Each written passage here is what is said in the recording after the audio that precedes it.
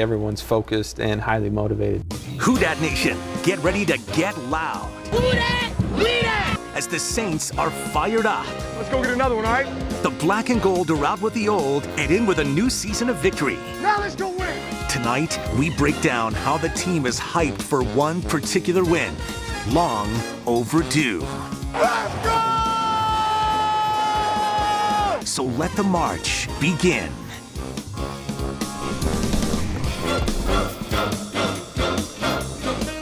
Good evening and welcome to this special Saints on 6 Acme Oyster House. Let the march begin. I'm Fletcher Mackel, joined alongside sports anchor Sharif Ishak, former Saints head coach Jim Mora, and former team captain and Super Bowl champion Roman Harper. All right, the black and gold will open the season Monday night against Houston, and Who Dat Nation hopes the season will end with the Saints marching down to Florida and second lining for Super Bowl 54. Roman, that leads to my first question. It's the 10th anniversary of the Super Bowl 44 win. Will we all be in Miami later this season, 1 decade after that big victory? Well, you hope so. This team is built for it. Not only that, but they prepared for it. You look at them all year long. There's the practices, everything else. This team and this roster has been built for the same time. Drew's getting older. If they don't do it now, when are they going to do it? All right, Jim, on paper, the Saints the best team in the NFC? I think so. On paper, definitely. I think, I'd say them on paper, just personnel-wise, I think them and the Rams are pretty darn close as far as talent-wise and all, experience, the whole deal. So it's going to be close. Yeah, it's going to be good. The NFC is tough. The NFL is always tough. More with Jim, more with Roman in a second. But before we start planning trips to South Beach, let's focus on game number 1 in the Texans on Monday night. Houston is a team known recently for its stout defense, and the leader of that unit is 3-time league Defensive Player of the Year J.J. Watt. Saints rookie center Eric McCoy will be one of the players charged with helping contain Watt, and since he grew up in the Lone Star State and played at Texas A&M, McCoy has tremendous respect for big number 99. The guy's a heck of a player. He kind of just controls that defense. He's really good with his hands. He's just overall just an elite player. So we'll have to scheme for him, of course, and just really see how things go. Offensively, the Houston Texans are led by quarterback Deshaun Watson. The third-year pro from Clemson University is a true dual-threat signal caller, but he was sacked more than 60 times last season. Deshaun, I mean, since he's been the same thing, we came in the same time. So since he's been in the league, I mean, he's been lighting it up and going crazy. So I know he's exciting to watch. It's weird because you're excited to watch somebody that you're playing against. I don't want him. He could do good the next week. All right, let's talk more about the Texans' 2 stars. Jim, your thoughts on the ever so destructive J.J. Watt? Man, ever so destructive. Those are some words right there. No, I think he's a good player. I really like him. I think he's a great player, He plays the run well. He can rush the passer. He's an inside guy, and he can still rush the passer. I don't know, with Clowney being gone now, I think that's going to put more pressure on him, less pressure. He had less pressure when Clowney was right next to him. Now they're going to, really zero in on Watt, so it's going to make it a little tougher on him. All right, from the defense to the offense, Roman, you get Deshaun Watson. You played with Cam Newton. While Deshaun isn't as big as Cam, does his game remind you of Cam's, or when Cam, when healthy, is he just in a class by himself? Well, they remind me of each other in fact of when Cam was younger, when Cam would hold the ball a little bit more, when Cam took more sacks and things like that. That's what reminds me of what young Deshaun Watson is doing right now. He eventually will get into where he's throwing the ball more in time, doing some different things, but he is an electrifying player in that pocket. He can outrun the defensive lineman. He can run past linebackers, and he can throw the ball. Extremely accurate quarterback on the run and on the move, and he has a great deep ball with great touch. Guys, now we know no other city can party or celebrate, I know you're going to agree with me, like New Orleans. So to get you ready for the big game on Monday night, there are events all weekend long. That's right. With a preview of some of the things you may be interested in, here's WDSU anchor Randy Russo. Just like any other holiday, football season in New Orleans has its own kind of hype. From door decor to game gear, even tailgating. People all across Louisiana and Mississippi are gearing up for hopefully another great run. And leading up to all of that is a run, literally. 2 days before the home opener is the Saints 5K. This year, we're expecting even more runners. We usually have about 6,500 people that come out to actually run the 5K. There's also a kids fun run. It's a half a mile that happens immediately following the event. But unlike past years, this 8th annual event is starting on the 50-yard line inside the Superdome instead of Champion Square. One thing that runners will need to be aware of, the same policies that apply for game day with reference to bags, those policies will apply. But bags in general are a thing of the past for the Saints, once known as the Aints. No. This year it's all about taking aim at the refs and the infamous NOLA no call, which cost the Black and Gold a trip to the big game. That's why the same people behind this year's Boycott Bowl are hosting another party, staying salty for a good cause. Those proceeds will be utilized to bolster the programming and facilities at the Nord Commission, which will benefit all citizens of New Orleans. When you see a vendor or you buy a T-shirt or water from a vendor, just know that those proceeds are going to the Nord Foundation. In true New Orleans fashion, you can expect some great food and great music from local faves like Rockin' Doopsie, Johnny Sketch and the Dirty Notes, and of course, Choppa, who provided the Saints anthem in 2018. And with the new season comes new hopes.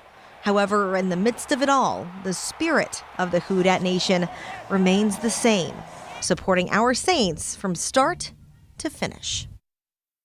All right, that was our Randy Russo, and that's not all. The Who Dat Nation Rally and Music Festival is happening right now at the Jefferson Performing Arts Center and involves multiple stages. It even has big New Orleans legends from Irma Thomas, Deacon John, and Renard Poche all involved. The fun ends on Sunday. And for more on our weekend and game day weather, let's check in with meteorologist Quaylen Murphy. Quaylen? Thanks, Sharif. No matter where you are this weekend, hot and humid conditions and record-breaking potential on those afternoon highs. We also have a heat advisory that's effective Saturday. Right now, clear conditions out there, lots of crystal blue sky. That's going to be the case through this evening, so if you're headed out, expect the same. For the weekend, high temperatures around the upper 90s, close to 100. Again, that heat advisory in play. The record's probably going down Saturday at 94 degrees, and the record Sunday will probably also be broken. That's 96 degrees. What about game day? Well, of course, it's going to be super fiery hot in the dome. Outside, 92 degrees for kickoff. Heat index value still around 100 degrees. End of game, 87 degrees, and we'll keep it pretty toasty through much of next week as well. Back to you. All right, Quaylen, thank you very much. Now it's time to touch on some of the NFL's hot button topics, some of which will affect the New Orleans Saints this season. All right, let's start with the Dallas Cowboys and Zeke Elliott. He's now the highest paid running back in NFL history. So given how productive Alvin Kamara has been for the Saints, Roman, does he become the highest paid back next year? Look, now he wears number 41, so I'm hoping he does, so he can put us to a next stratosphere and we keep these jersey sales going, because right now you're killing it, all right? Keep it going. Now, I'm looking at it, if I'm the GM from the Saints, so I'm also saying, hey, you've never carried the complete load like Ezekiel Elliott has for this Dallas Cowboys. So, yes, you are maybe the top running back or most dual threat running back in the league, but you know, do I want to pay that? No, because I got to pay Michael Thomas. I also got to see what I'm doing with Teron Armstead. Also have Marshawn Lattimore and a couple other of these younger guys that are going to be coming right next behind him. So how are we going to reserve all this money? We can't just keep rolling up the Brinks truck every year.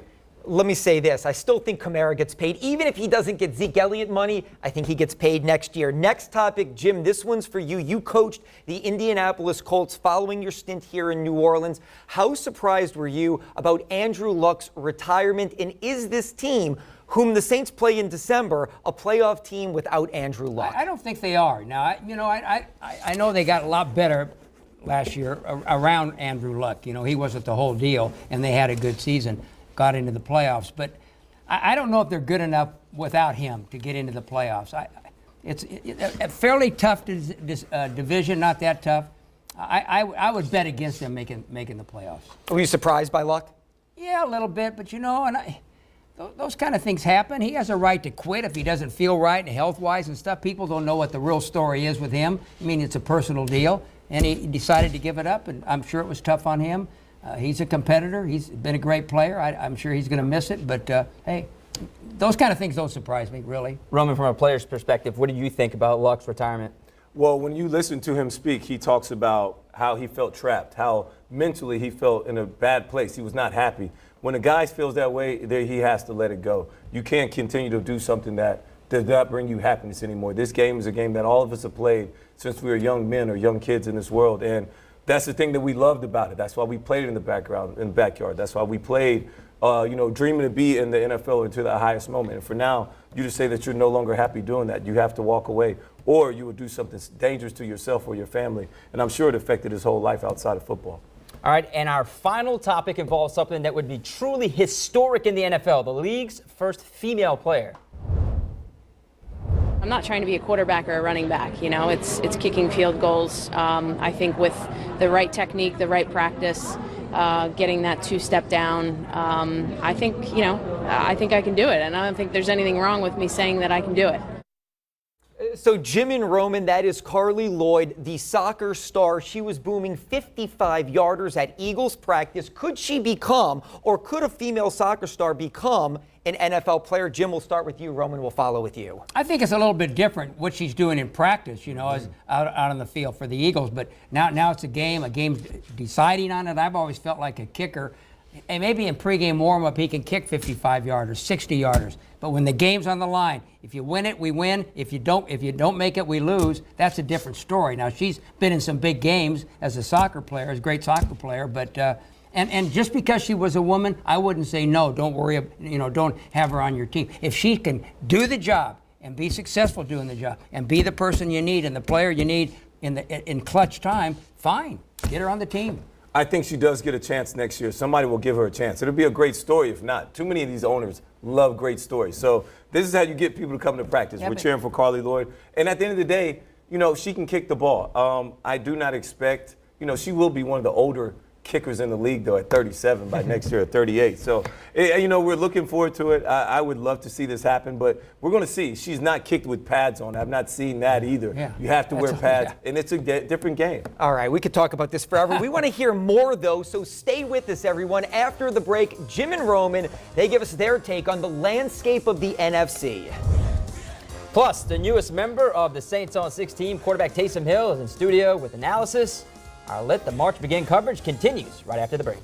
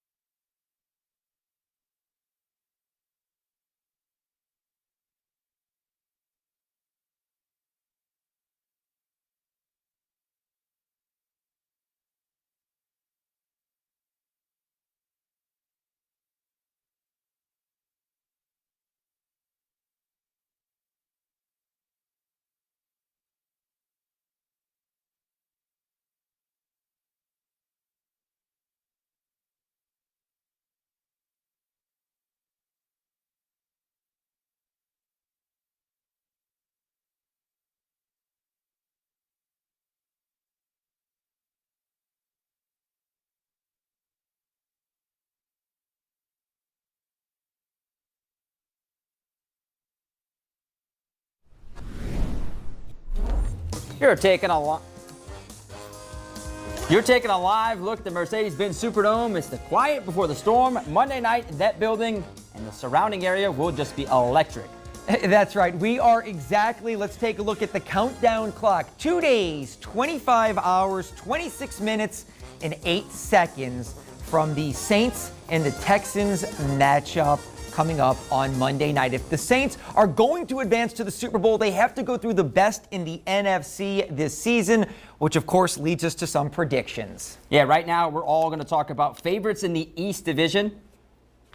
Fletcher? That's right. We'll give you our prediction, then we'll get analysis from Roman and Jim. Let's start with the NFC North. I like the Bears. Roman, who do you like in the North? Packers. All right, hold on. We're going to give Jim his answer, then we want to hear your analysis. Vikings.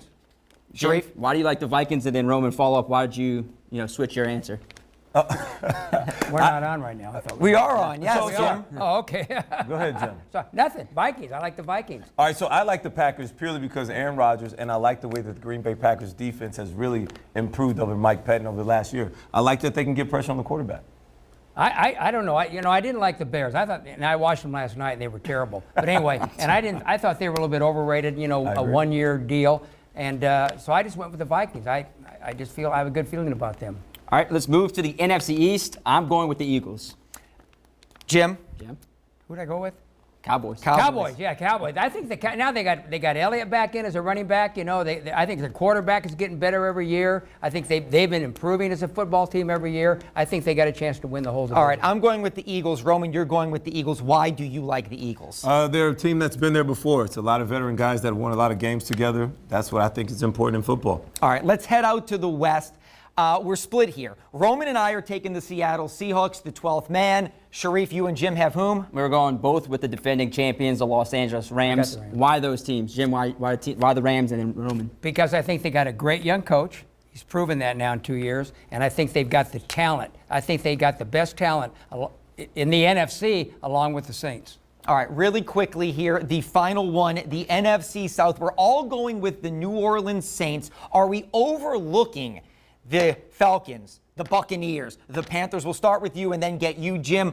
Are the Saints the favorite? Is anybody else capable of beating them in this division? The Saints are the favorite. I like Atlanta. I hate to say that. It tastes terrible coming out of my mouth. But they're a really talented team. Not only that, but, Carolina's never had great success in Atlanta. So on this game, you got to win on the road. At some point, I think the Saints win a couple more division games on the road. Jim? I think the Saints have the best coach and the best talent in this division. All right. Excellent analysis.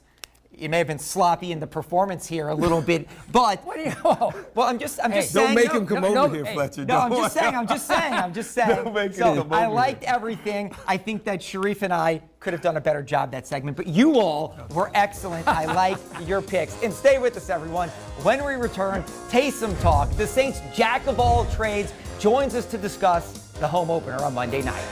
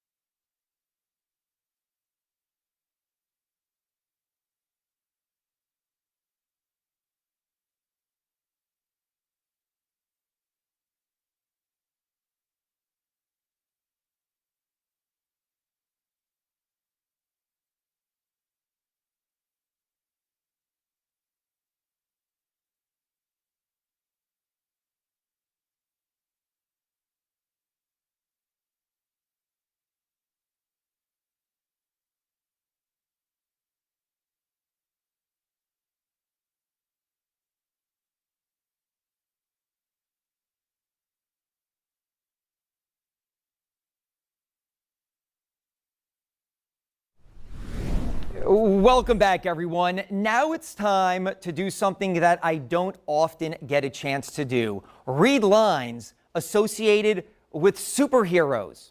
So here goes. Faster than a speeding bullet, more powerful than a locomotive, able to leap tall buildings in a single bound. Look up in the sky, it's a bird. It's a plane, it's Superman. Actually, it's not Superman. It's Taysom Hill, the Saints Superman, the jack of all trades, the Swiss Army knife, whose play all over the field has turned him into a cult hero here in New Orleans. Taysom is now part of our team here at WDSU, and he's here tonight to talk all things black and gold. Let's go to Taysom and my brother, WDSU anchor, Travers Mackle. All right, Taysom, it seems like no slogans, no banners, but the 2019 Saints are more motivated than ever, especially since the NOLA no call. How hungry are you guys to get to the Super Bowl this year in Miami? Yeah, I would say, as a team collectively, it's not really talked about, but there's one unwritten goal, and that is to get to where we were last year. We locked up a #1 seed going into the playoffs, and that's the goal. And I would say we don't have a ton of young players. We don't have a ton of new faces on the team, and everyone is highly motivated, and nothing needs to be said. We don't need any slogans. We know how much effort and how much work we put in to get there last year, and we know what it takes, and that's the goal. So how about this? The Saints have not won a season opener since 2013. If I check this correctly, I think that was like your sophomore year at BYU, right? So how important is it to win a game like this, given the fact that for years this team has been unable to win an opener? Yeah, I mean, you're kind of sending bad juju our way. I'm not trying to do that. Yeah. No, I would say, look, it's obviously important. I'm not going to, disagree with that by any chance. But I know that NFL and week in and week out, it's all about momentum and everything else. And we've certainly been able to get hot and go on win streaks, and we saw that last year. As far as starting fast, it's incredibly important. I'm not going to say it's the most important thing, because at the end of the day, the goal is to get to the playoffs, and certainly winning games early help us get there. But that is an emphasis. It's something that's talked about. Coach Payton has told us, hey, we're going to change things up, and just make sure you guys are ready to work and prepared to make the necessary changes we need to win that opener. All right. Hopefully the opener is a big win. Let's talk about this. For the preseason, you played almost entirely at quarterback, and you did so very well, mind you. When we get to the regular season, as we are here now, can we expect you to go back to the Swiss Army knife / Cordell Stewart type role that you were so successful at last season? Yeah, I think so. And it is, I step into the facilities. I don't really know what Coach Payton has in his mind. So it's still a little bit of a mystery to me, but I have an expectation that I will find my way on the football field at different positions, and we'll see what Coach Payton can cook up. Well, good. Hopefully it gives opposing defenses fits. Fans love it. Let's talk about something on a lighter note. Choppa Style became the unofficial anthem for the Saints last year. Everybody saw the viral videos from the locker room. What song do you think catches on this year, or will it be Choppa again? Man, I feel like it's going to be hard to dethrone that song. I for agree sure. with you. I would. My guess is that's going to stick for a little bit. Why not? It's so good. It's going to stick. And also, if you're interested in Taysom here, you're going to see him doing a lot of lighter stuff, if you will. We have a lot of things, some viral videos that we hope will be big hits, with you throwing darts, juggling, doing a bunch of other unique things. What are your thoughts on doing those kind of things? That's great. I think everyone has an expectation that I can step in and do everything perfectly, but that's certainly not the case. We'll see. Maybe so. You never know. We will see. But I would say I played a lot of different things growing up, and I loved competing. It didn't matter what it was, whether it was chess or some board game or whatever it is. My wife and family, they know that I don't like to lose. All right. He's Taysom Hill. Thank you. I'm Travers Mackle. Let's send it back to you. Hey, Travers and Taysom, thank you very much, and stay with us, everyone. When we return, Jim and Roman tell us about the players they think will have breakout seasons in 2019.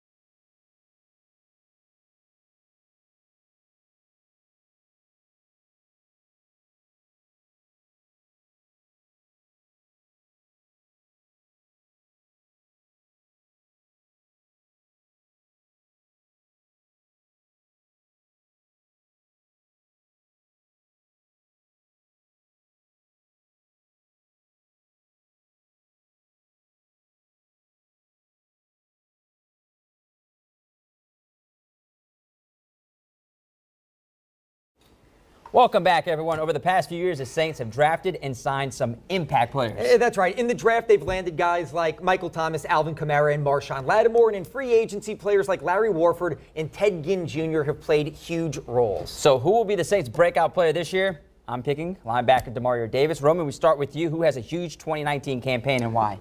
David Onyemata, defensive tackle. I know he suspended the first game, but when he comes back, I'm expecting big things out of him. He's continued to progress and get better year by year. This is his 4th year, contract year. That's big when it comes to playing football. Trust me, I know it. I balled my best when contract time is run. All right, my guy to break out this year is wide receiver Traquan Smith. You announced him at the draft. He's a second-year wide receiver, of course. Coach, who do you like and why this year? I like Jared Cook, the tight end they got in the offseason. I think he's a terrific athlete. I think Drew Brees will love throwing the ball to him. He's going to get open. He's going to be split out wide where people are going to have trouble covering him all the time. He's not going to be in tight all the time.